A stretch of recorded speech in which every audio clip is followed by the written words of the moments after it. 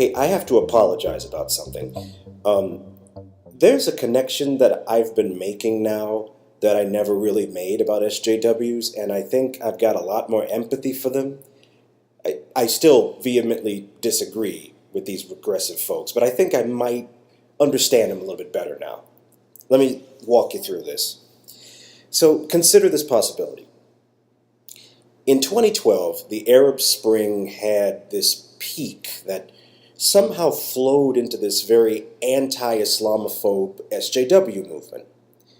According to The Guardian's Kira Cochran, social media feminism, what some call third or fourth wave, it had its start around that year. So if you were going to college for the first time in 2012, you were most likely about 18 years old, and that means you were born no earlier than 1994.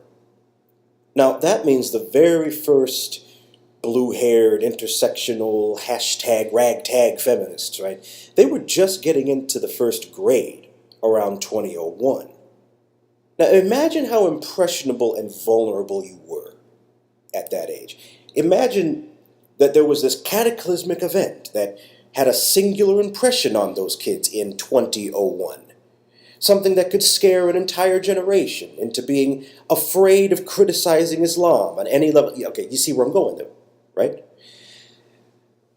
I hadn't thought about what Islam and 9/11 really meant to these little multicolored haired people, yelling at the critics of all the preachments in the Qur'an, and you're evil and you're racist for thinking anything bad about Islam. Islam is a religion of peace, don't you understand?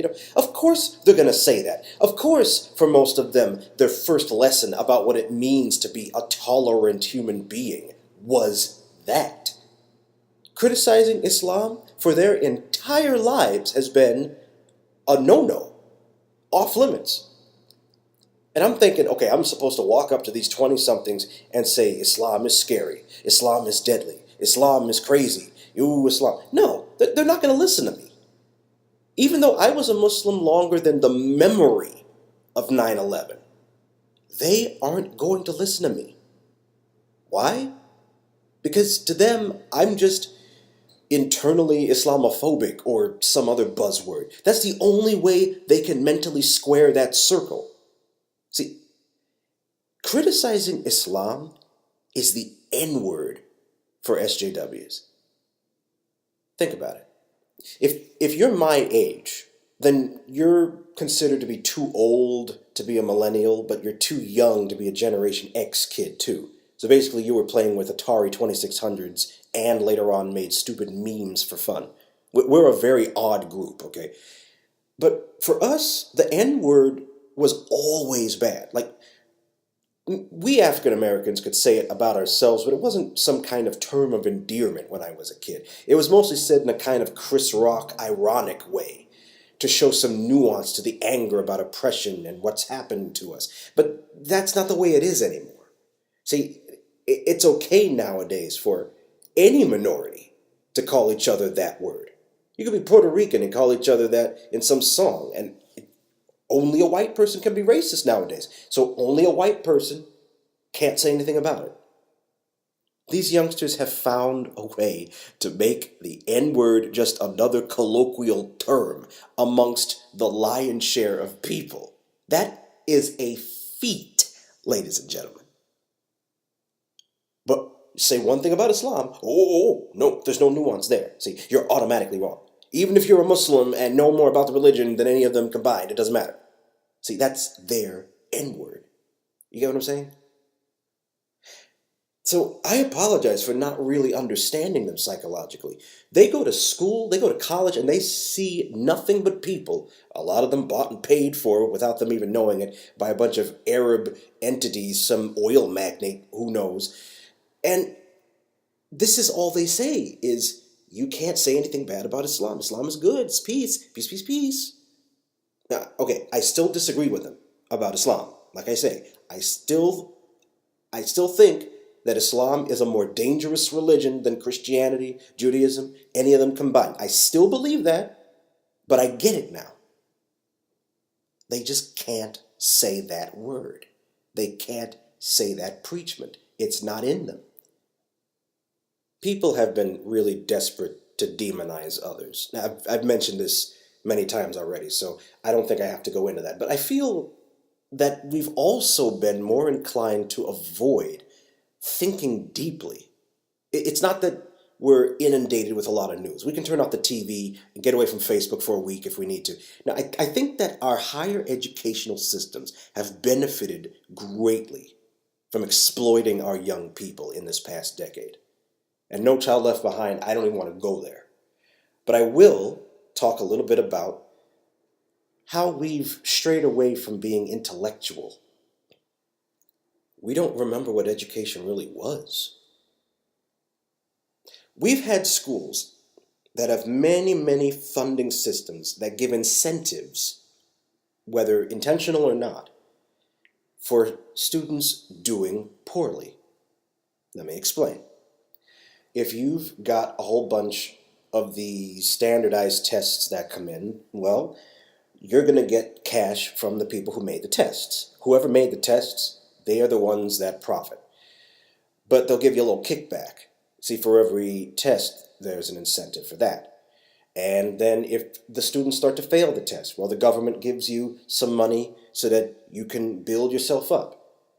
And then if you have a lot of people who are called slow learners or learning disabled or any other kind of label, I've told you that very older, a much older video, you get incentives for that. And then if your school is really going down the tubes, the property values get lowered, and that means taxes are very, very, very diminished. So then the government gives you more money for that. So you can have a sinking ship and just get money over and over and over and over and over. So why on earth would you want to be incentivizing teachers to make things better if you're going to get more money from more funding sources if they do poorly? That's what's been going on.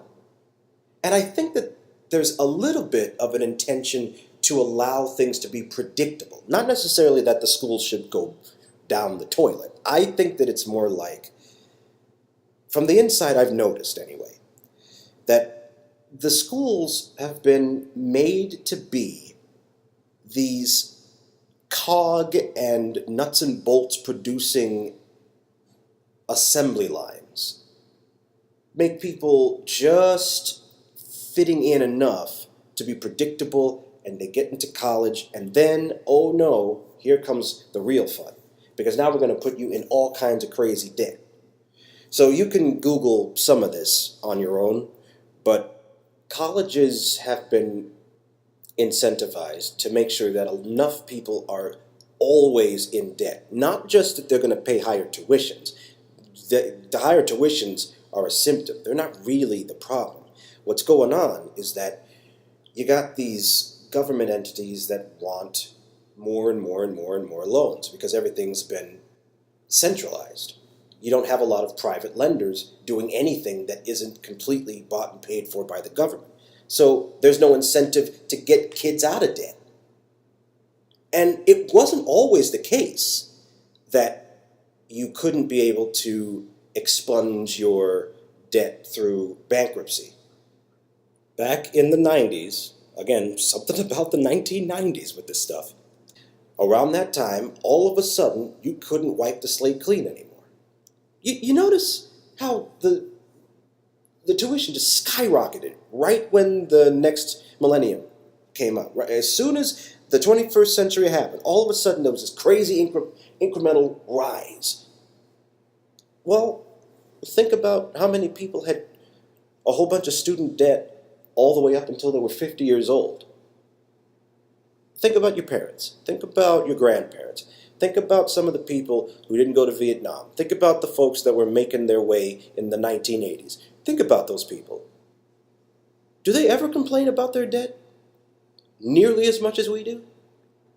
We aren't giving incentives for people to get away from debt, for people to be honest in school.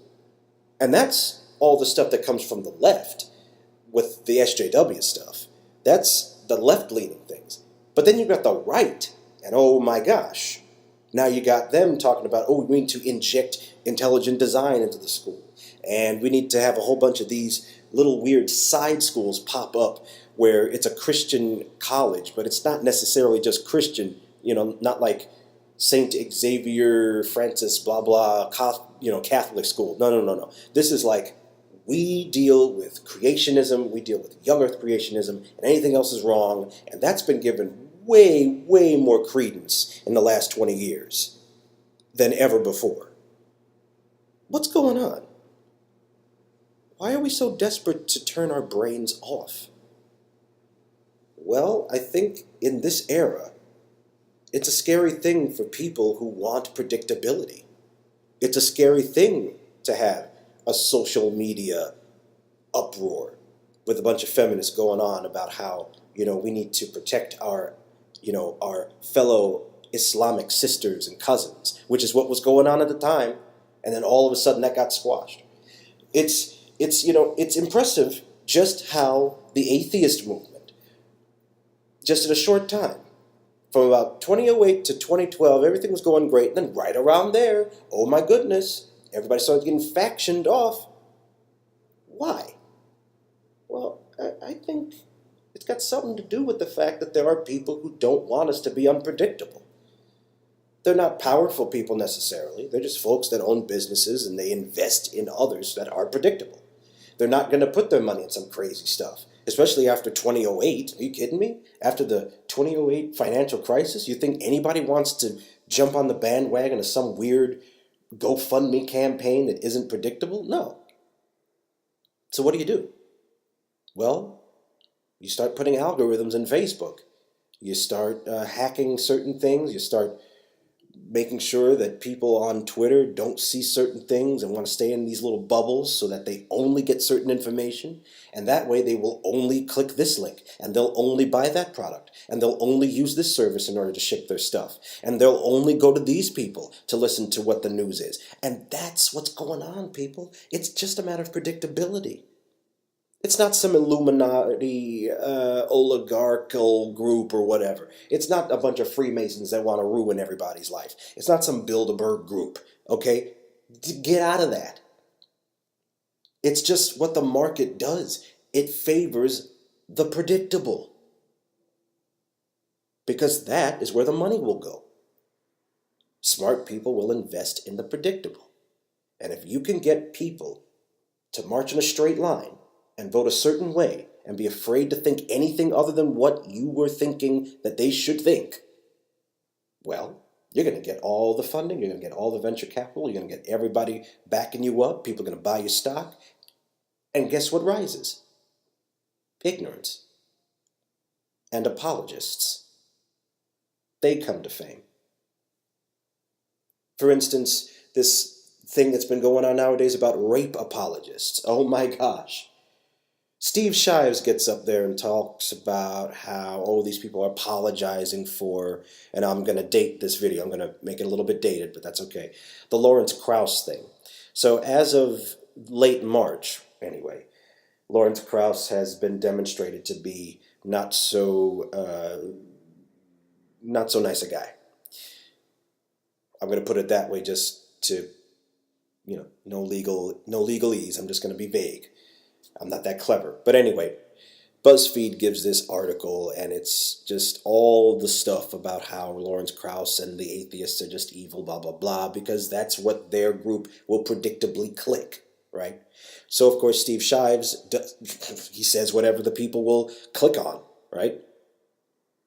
It took a YouTuber by the name of Christina Rad. I think I'm saying her name right. Correct me. But she gets up there and she admits some things that are far more likely to have actually happened. They give a little bit more context. They show a little bit more that, you see something going on there that probably would be a little bit more credible than what was going on in the BuzzFeed article. But why would you jump on an idea just because somebody you like tells you? I don't agree with Christina Rad's ideas 100%. She's got some conservative views, and I go hard and fast down the middle. I don't go liberal or conservative. I don't do that. I don't lean. You can tell, but I don't. But I don't go with her ideas because she said them. I go with her ideas when they're good ideas, and I don't when they don't show themselves to be good. So it hurts me. It hurts me to see people desperately cling to this stuff. Because we can make a difference. We can be the unpredictable ones. We can be the ones who turn off TV and get off Facebook for a week. We can do that. We are not beholding to this stuff.